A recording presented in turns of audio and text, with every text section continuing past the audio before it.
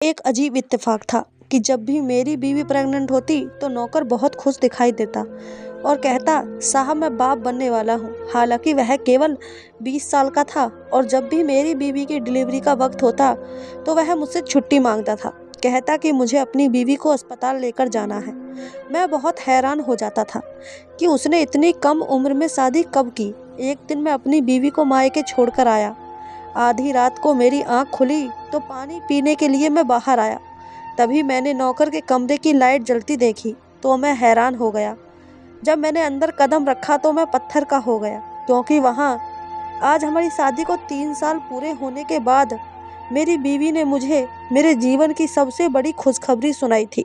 वह कहने लगी, आलोक मैं माँ बनने वाली हूँ। यह खबर सुनकर मुझे अपने कानों पर विश्वास नहीं हुआ था। मैंने कहा, राधा तुम क्या कह रही हो? उसने कहा, मैं सच कह रही हूँ।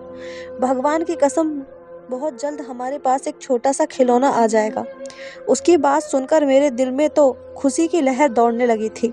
मैं बोला, राधा आज तुमने मेरा जीवन सफल कर दिया। तुम रुको, मैं अभी ये खबर अपनी माँ को सुनाकर आता हूँ। मैं जल्दी से अपने कमरे से बाहर आ गया था। सामने लाउंज में माँ बैठी थी। कहने लगी, आलोक इधर आओ।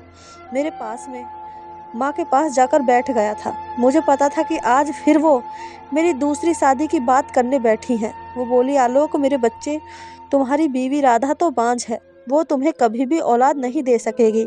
मेरी बात मान लो और तुम दूसरी शादी कर लो। ये देखो, मेरे पास अच्छे परिवारों की लड़कियों की तस्वीरें हैं। तुमको बस एक लड़की पसंद करनी है, उसके बाद तुम्हारा काम खत्म हो जाएगा। फिर मैं जानूँ और मेरा काम।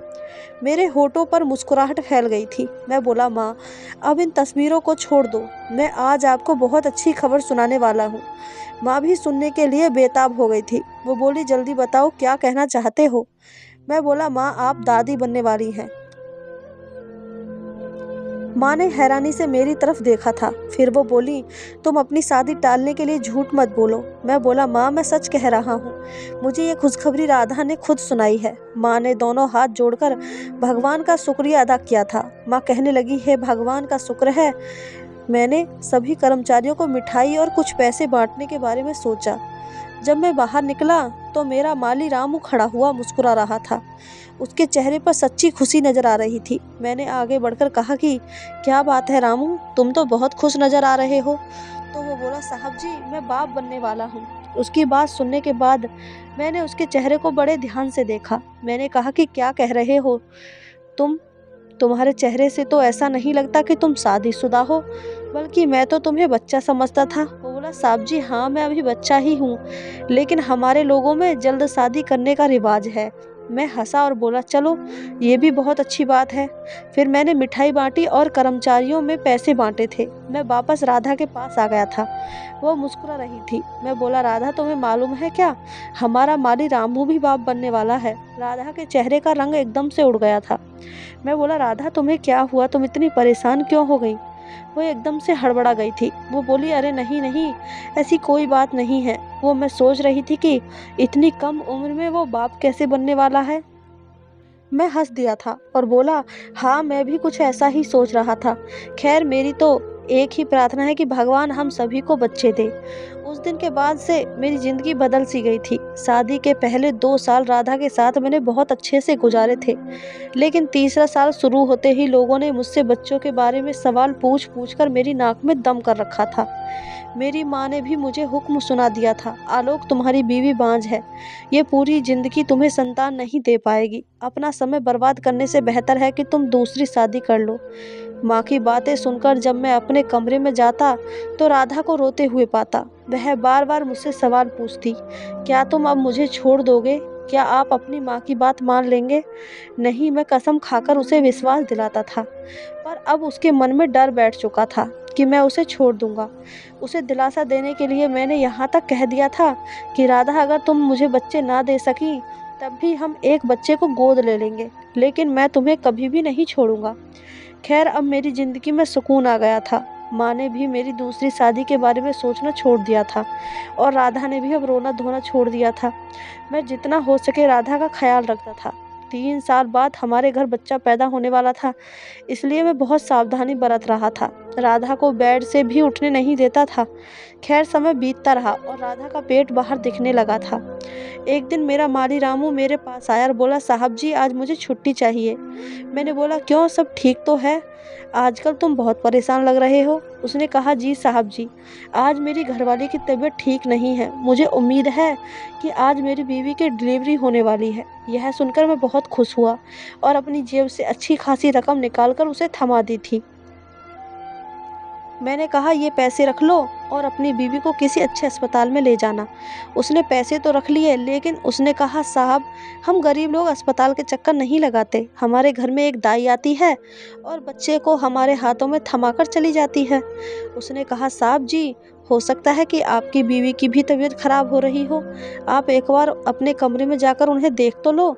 मैं उसकी मासूमियत पर मुस्कुरा दिया था, लेकिन उसके लहजे में कुछ ऐसा ज़रूर था जिसने मुझे चौंका दिया था। वो मेरी बीवी के लिए बहुत चिंतित लग रहा था। मैं सिर हिलाकर अपने कमरे में आ गया और राधा को दर्द से तड़पता देखकर हैरान रह गया था। उसने कहा, आलोक मेरी तबीयत बहुत खराब हो रही है। मैं जल्दी से बोला, कब से दर्द हो रहा है? उसने कहा, 1 घंटा हो गया। आपके आने का इंतजार कर रही थी। मेरे माथे पर बल पड़ गए थे। मैंने कहा, क्या मेरी गैर मौजूदगी में कमरे में कोई आया था? क्या रामू आया था या फिर कोई और? वो अपना दर्द भूलकर मेरी ओर देखने लगी थी। उसके चेहरे से चिंता साफ झलक रही थी। वो बोली, नहीं तो उस माली का मेरे कमरे में क्या काम? आप ये क्यों पूछ रहे हैं? मैंने अपना सिर हिला दिया था।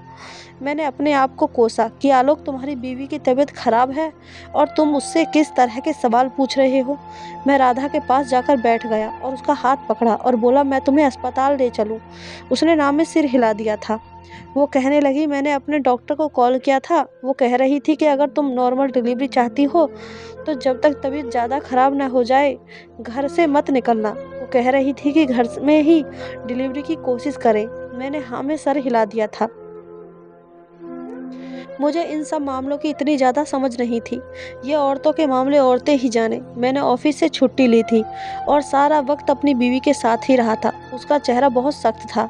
उसे बार बार माथे पर पसीना आ रहा था। मैं बोला, क्या बात है, तबीयत ज़्यादा खराब हो रही है? वो कहने लगी, हाँ, वो मुझसे अब और दर्द बर्दाश्त नहीं हो रहा। मैंने जल्दी से गाड़ी निकाली और अपनी बीवी को बिठाकर अस्पताल ले गया था। करीब 3 घंटे के बाद नर्स सफ़ेद कपड़े में लिपटी छोटी सी लड़की को मेरे पास लेकर आई। जब मैंने पहली बार अपनी बच्ची को गोद में लिया था तो मेरी आंखों से आंसू गिरने लगे थे। ये वक्त कितना अजीब था। मेरी आंखों से लगातार खुशी के आंसू झलक रहे थे। खैर मैंने अपनी बेटी का नाम शीना रखा था और अब मुझे राधा से मिलने की इजाज़त मिली तो मैं उसके पास गया था। वह बहुत उदास होकर लेटी हुई थी। मैंने कहा, राधा आज का दिन तो खुशियाँ मनाने का है, फिर तुम इतनी उदास क्यों हो? वो बोली, आलोक मैं आपसे शर्मिंदा हूँ। उसकी बातों ने तो मुझे चौंका दिया था। मैंने कहा, क्यों, ऐसा क्या हुआ कि तुम मुझसे शर्मिंदा हो? राधा ने अपने आंसू पोंछे और बोली, मैंने आपको 3 साल बाद औलाद दी और वो भी एक बेटी। मैं वास्तव में ये चाहती थी कि हमारे घर बेटा पैदा हो। राधा तुम्हारा दिमाग तो ठीक है ना? मुझे बेटे या बेटी से कोई फ़र्क नहीं पड़ता। यही काफ़ी है कि मेरे बच्चे ने तुम्हारी कोख से जन्म लिया। मेरे लाख समझाने के बावजूद भी उसका दिल नहीं माना था। उसने कहा कि आपकी माँ आपको फिर से शादी करने के लिए मजबूर करेंगी। मैंने कहा, नहीं राधा, बिल्कुल ऐसा नहीं होगा। तुम बिल्कुल भी चिंता मत करो। राधा की डिलीवरी नॉर्मल थी, इसलिए शाम तक उसे अस्पताल से छुट्टी मिल गई थी। मैं घर वापस आया तो मेरी माँ भी बहुत खुश थी। उन्होंने अपनी पोती का माथा चूम लिया था और उसे गोदी में लेकर प्यार कर रही थी। हमने हर जगह मिठाई बांटी थी। छोटी बच्ची के साथ पहली रात बहुत मुश्किल रही थी। रात भर बच्ची जागती रही। खैर अगली सुबह मैंने खिड़की से देखा तो रामू बाहर खड़ा था। मैंने सोचा कि उसके पास जाकर मालूम करता हूँ कि उसकी बीवी और बच्चा कैसा है। मैं उसके पास जाकर बोला, क्या हाल है यार, कल सब ठीक ठाक से हो गया? उसने अपना सिर हिलाया और बोला, साहब मेरी बीवी ने एक बेटे को जन्म दिया है। मैंने उसे बहुत बहुत बधाई दी। खैर शीना के आने के बाद मेरी ज़िंदगी बहुत बदल गई थी। मैं अब ऑफिस से जल्दी आ जाया करता था और शाम को उसे बाहर लॉन में लेकर बैठ जाया करता था। वह फूलों को देखकर बहुत खुश हुआ करती थी। उसकी छोटी छोटी किलकारियाँ मेरे दिल को बहुत आनंदित कर देती थीं।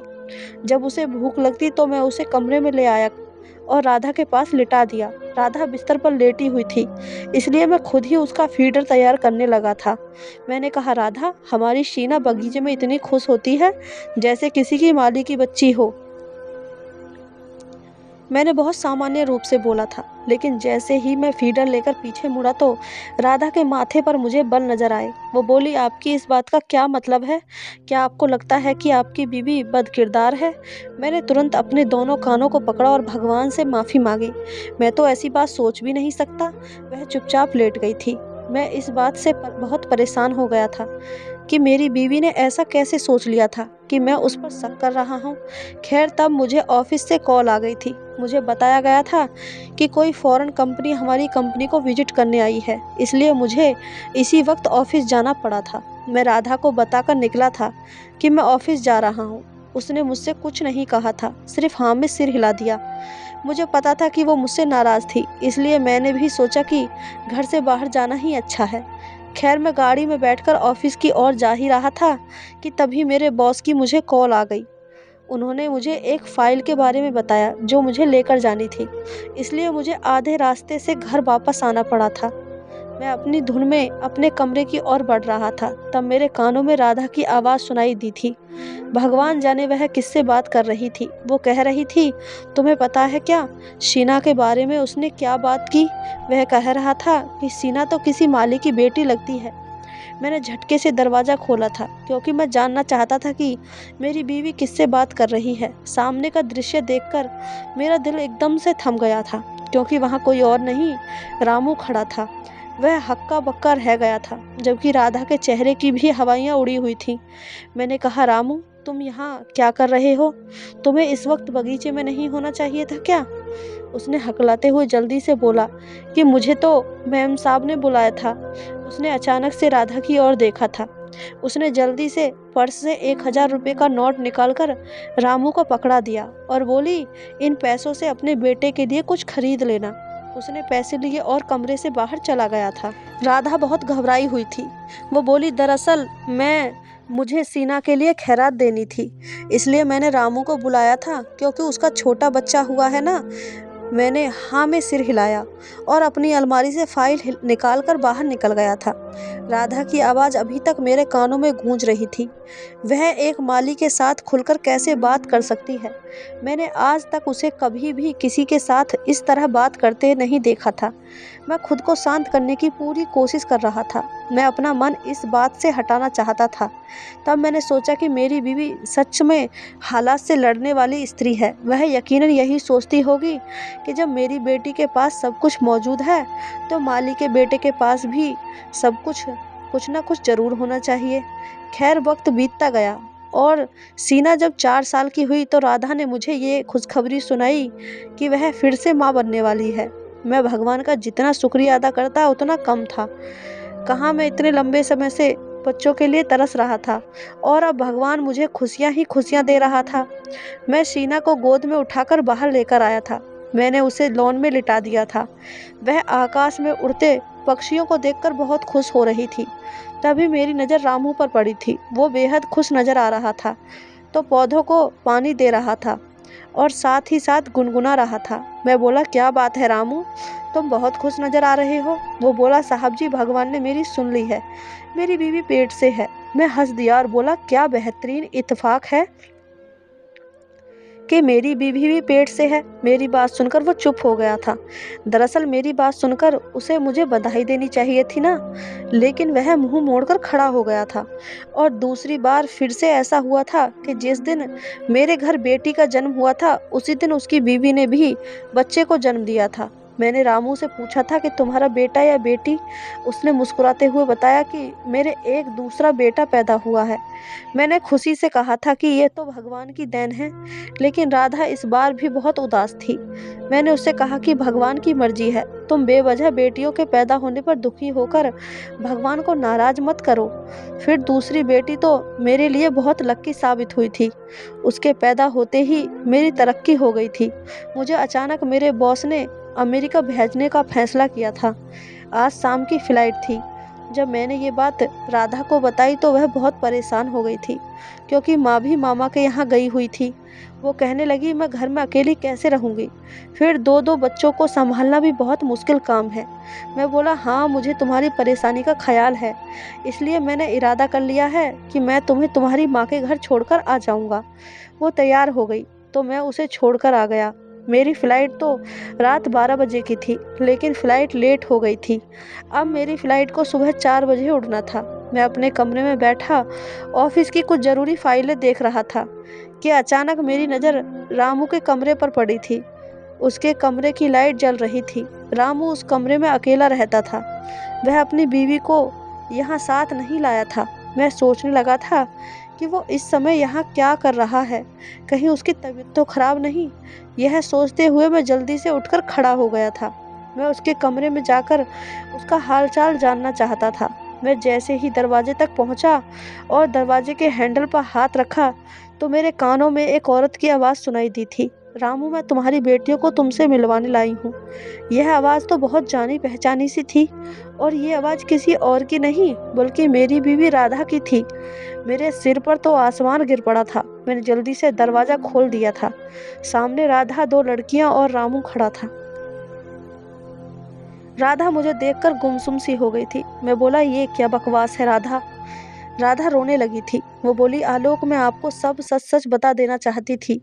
मैंने उसके चेहरे पर एक जोर का थप्पड़ मारा और बोला, अपनी बकवास बंद करो। तुम जैसी अय्यास औरत मैंने आज तक नहीं देखी। दिल तो चाहता है कि मैं तुम्हें अभी तलाक दे दूं, यहाँ से निकाल दूं।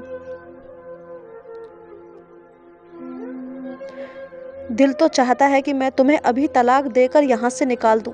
ये बात सुनकर राधा मेरे पैरों में गिर गई थी। वो बोली, भगवान के लिए मेरे साथ इतना बड़ा जुल्म मत करना।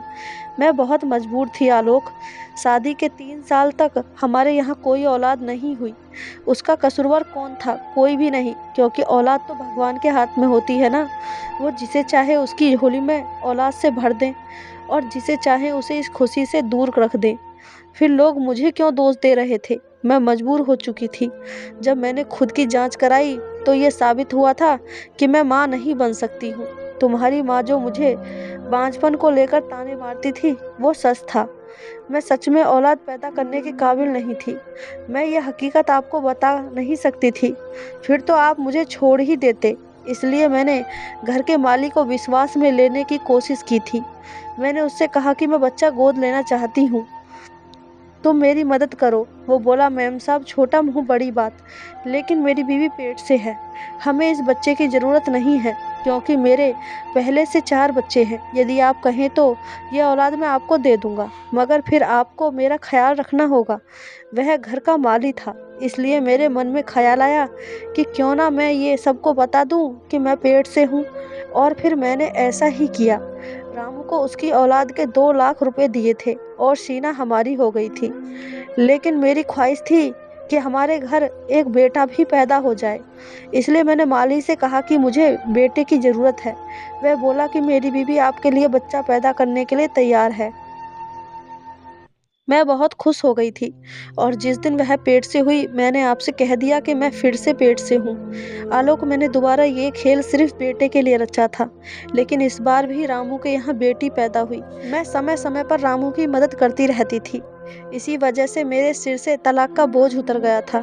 मैं उसे अपने कमरे में बुलाकर उसकी बेटियों से उसे मिलवा दिया करती थी।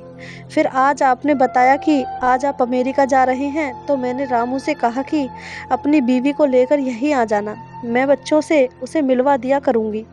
रामू तो अपनी बेटियों को देखने आ गया था, लेकिन उसकी बीवी नहीं आई।